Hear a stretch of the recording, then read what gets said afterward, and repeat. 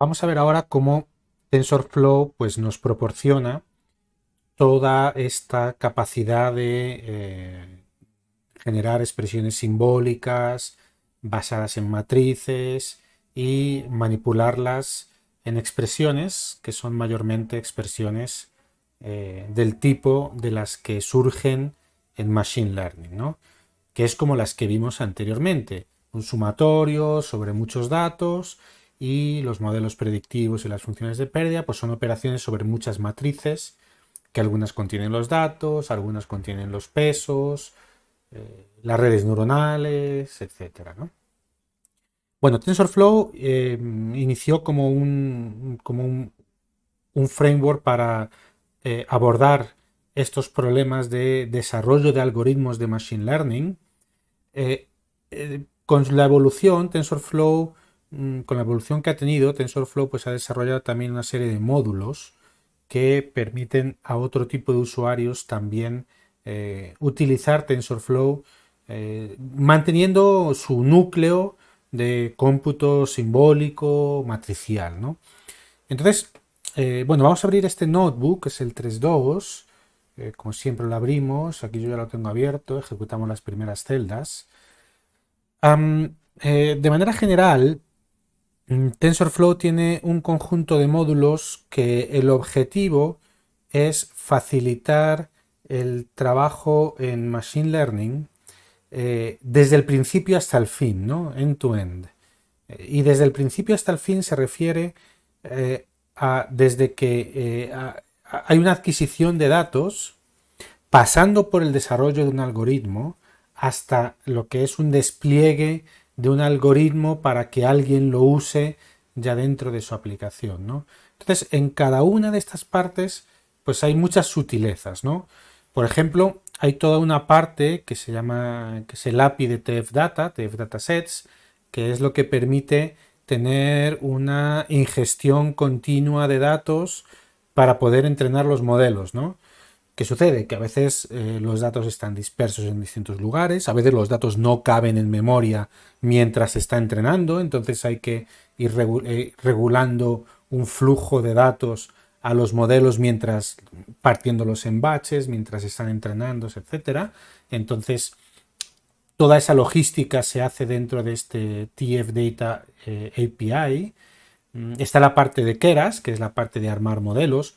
Digamos que por detrás de la parte de Keras está la parte simbólica, la parte de Keras de alto nivel, que la hemos usado ya para montar a lo mejor alguna red, una capa, otra capa y ya está, pero detrás de todas esas capas hay variables simbólicas, tensores, que ahora vamos a ver qué es lo que son, tensores Eiger, que lo vamos a ver también, que son variables simbólicas con un valor concreto asociado, para que su uso sea sencillo desde la perspectiva de alguien que simplemente quiere montar un modelo, ¿no?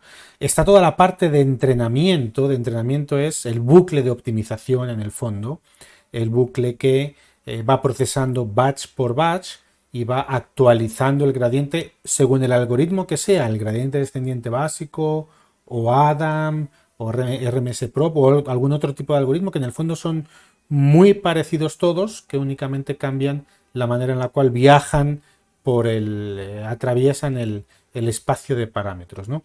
Entonces, esos bucles de optimización se pueden ejecutar sobre nuestra máquina, se pueden ejecutar sobre una GPU, aprovechando que todas las expresiones son muy matriciales, pues bueno, podemos desplegar las expresiones o los contenidos, las matrices en una GPU, que están muy preparadas para eso, y hacer los cálculos en GPU. Lo que pasa es que eso normalmente necesita saber programar una GPU, que es una tarea bastante tediosa, ¿no? Entonces, TensorFlow también proporciona los medios para que se haga el mapeo directamente desde las expresiones que representan nuestros modelos, expresiones simbólicas, matriciales, a CPU, GPU o TPU, que TPU son el Tensor Processing Unit, que es hardware específico que tiene Google, ¿no? Pero en el fondo es hardware que explota, igual que la GPU, que explota la estructura matricial de los datos, eh, y tiene hardware que específicamente se mapea a la estructura matricial de los datos para que las ejecuciones sean más rápidas, ¿no?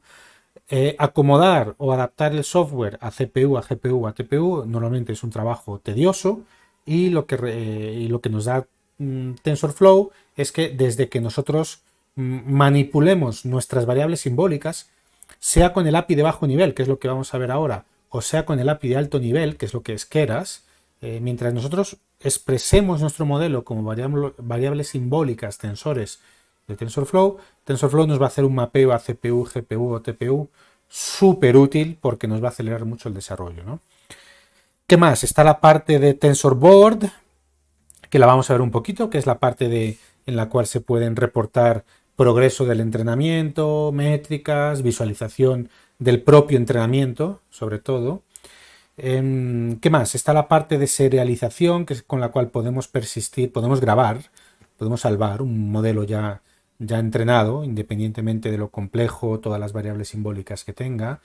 TensorFlow Hub es un repositorio de modelos ya existentes, ya preentrenados, que con muy poquitas líneas de código se pueden usar. Entonces fijaos que toda esta parte de acá es la parte de entrenamiento y persistencia de los modelos que se entrenan, y la parte de despliegue es la parte de poner a disposición de alguien que quiera usar los modelos, los propios modelos ya entrenados, ¿no? Entonces, por ejemplo, TensorFlow.js nos permite ejecutar modelos como JavaScript dentro de un navegador. Alguien entrena un modelo que es computacionalmente pesado, pero una vez que está ese modelo entrenado, me gustaría ejecutarlo dentro de el JavaScript de una página web. Está TensorFlow Lite, que lo que hace es generar modelos. Bueno, los modelos suelen tener muchos parámetros, suelen ser grandes, el footprint, es decir, el tamaño del archivo que se guarda, suele ser grande. Entonces TensorFlow Lite es una serie de métodos para generar modelos guardados de tamaño reducido, a veces reduciendo la precisión de los modelos sin perder la precisión numérica de los modelos, sin perder mucha precisión de predicción, por ejemplo, y todas las herramientas alrededor para que la podamos integrar, podamos hacer una llamada al punto predict, digamos, fácilmente desde aplicaciones en sistemas embebidos, en sistemas celulares, ¿no? Y luego está la parte de TensorFlow Serving, que lo que nos ayuda es a generar un servicio web de un modelo. Es decir, tenemos un modelo y el punto predict del modelo lo ponemos detrás de un servicio web, de un servicio REST, para que cualquier otra aplicación la llame con el estándar de utilización de servicios de APIs en la nube, ¿no? Y eso puede ser desplegado en la nube o en premisas propias, en servidores propios, ¿no? Entonces, bueno, este es como el mapa general de TensorFlow. Me parece muy interesante, todos los años hay un Dev Summit de TensorFlow. Me parece muy interesante tratar un poco de revisarlo cuando sale, o incluso revisar los anteriores, porque da un poco noción de los problemas que van resolviendo y también las direcciones que le quieren dar, ¿no?, al propio framework, ¿no? Está como interesante. Más o menos ir echando un ojo a eso, ¿no? Y luego, ahora ya si nos ponemos dentro de la perspectiva de entrenamiento, es decir, del desarrollo de modelos, ya con el sombrerito mayormente de alguien que va a desarrollar algoritmos, digamos que estamos entrando en el detalle de esta parte de acá. Entonces tenemos distintas maneras de expresar nuestros modelos, ¿no?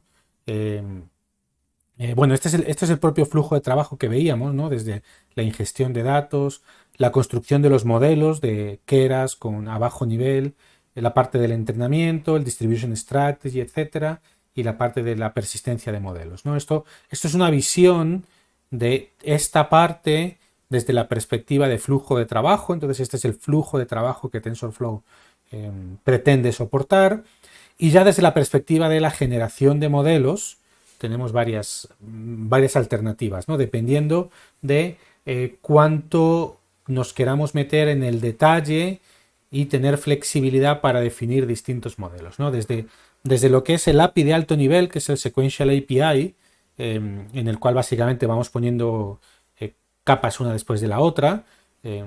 Es desde la perspectiva de alguien que desarrolla algoritmos, pero es muy en plan caja negra. Simplemente juntamos capas, configuramos un poquito función de pérdida y eso funciona enseguida de manera muy sencilla, ¿no? El API funcional nos permite más flexibilidad, podemos tener otro tipo de arquitecturas, como hemos visto en el módulo anterior. Y luego también pues, podemos tener nuestras propias capas, nuestras propias métricas, nuestras propias funciones de pérdida, con lo cual nos da un nivel mayor de flexibilidad y de especificación de lo que queremos. Y finalmente pues tenemos la parte de subclassing, que es lo que vamos a ver también un poquito en este conjunto de vídeos, en el cual al final pues podemos escribir, podemos desarrollar nuestro modelo desde cero, de Scratch pone acá, desde cero, no tanto como desde cero, porque es usando facilidades básicas que tiene TensorFlow, pero en el cual casi que controlamos todas las partes del modelo, ¿no? De cómo se genera la arquitectura, se entrena, las métricas, etcétera, pero dentro del esquema de TensorFlow, es decir, vamos a poder nuestro modelo, aunque lo hagamos con subclassing, o sea, lo hagamos de manera más específica o más genérica, nuestro modelo siempre va a poder entrar en este flujo de trabajo, siempre vamos a poder persistirlo, servirlo, etcétera, ¿no? Entonces, no es tanto como desde cero, pero sí da una flexibilidad muy grande para generar una clase de modelos muy amplia para que a lo mejor sea desde la parte de investigación que uno esté experimentando con arquitecturas muy nuevas, componentes muy nuevos, funciones de pérdida muy nuevas, en fin, que uno tenga también la capacidad de basarlo sobre TensorFlow para aprovecharse de TensorFlow, ¿no? Es decir, la ingesta de datos, Data, que aunque sean con subclassing seamos capaces de explotar de manera fácil las GPUs y que luego al final hasta los podamos servir dentro de un web service, por ejemplo, ¿no? Entonces, esta es la perspectiva desde lo que es alguien que va a generar, que va a desarrollar algoritmos nuevos, ¿no? Entonces, nosotros nos vamos a enfocar ahora un poquito en estas dos últimas partes, en este módulo, sobre todo hemos visto el Sequential API y el Functional API anteriormente, y nos vamos a enfocar ahora en estas dos partes. Aquí lo que me interesa sobre todo es que tengáis sobre todo una noción de lo que se puede hacer con TensorFlow. La intención no es dar un curso completo de TensorFlow, eso requeriría un conjunto de ejercicios y conceptos amplio, pero sí vamos a hacer derivadas, sí vamos a implementar nuestra función de pérdida, como ya hemos hecho un poquito anteriormente, nuestro bucle de optimización, para que veáis cómo es, para que si en un momento dado veis el código de otra persona, pues podáis identificarlo, o si en un momento dado queréis entrar más en detalle, pues sepáis desde dónde partir. Entonces eso es lo que vamos a hacer ahora en los vídeos que siguen.